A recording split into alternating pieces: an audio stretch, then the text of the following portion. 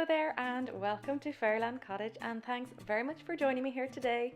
A friend of mine introduced me to this tooth powder that she's been using now for about 1 year, and her dentist is very happy with the health of her teeth and gums, so I thought that I would make it and share it at the same time. This is a great alternative to the toothpaste that I made for those of you who don't like using oil in your mouth. Let's get into the video.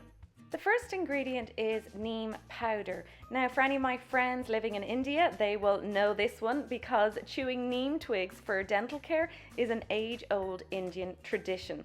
And neem powder, the one that I have here, is organic and I was able to get it in a health food store. Neem powder also helps whiten teeth and helps with bad breath.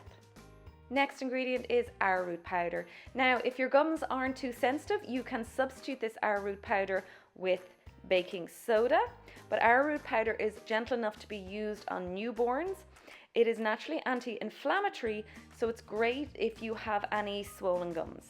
Next ingredient is salt. Now, this isn't your average table salt. Either use good quality sea salt or pink Himalayan salt.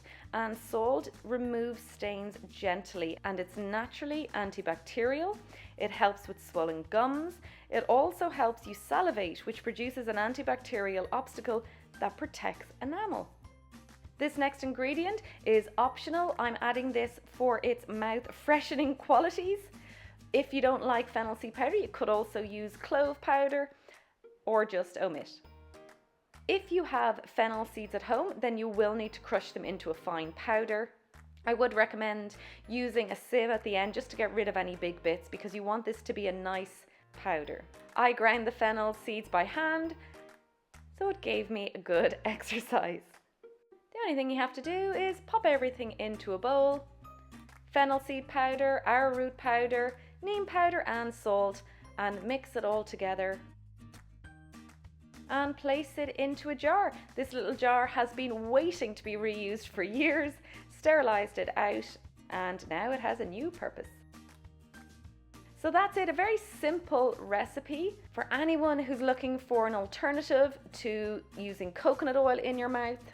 And there's everything in there to really keep your gums and your teeth healthy. So let me know if you make it, and chat to me over on Instagram as always, or down below in the comments, or both. Share it with anyone you know, and I'll see you in the next video. Have a wonderful week. Bye.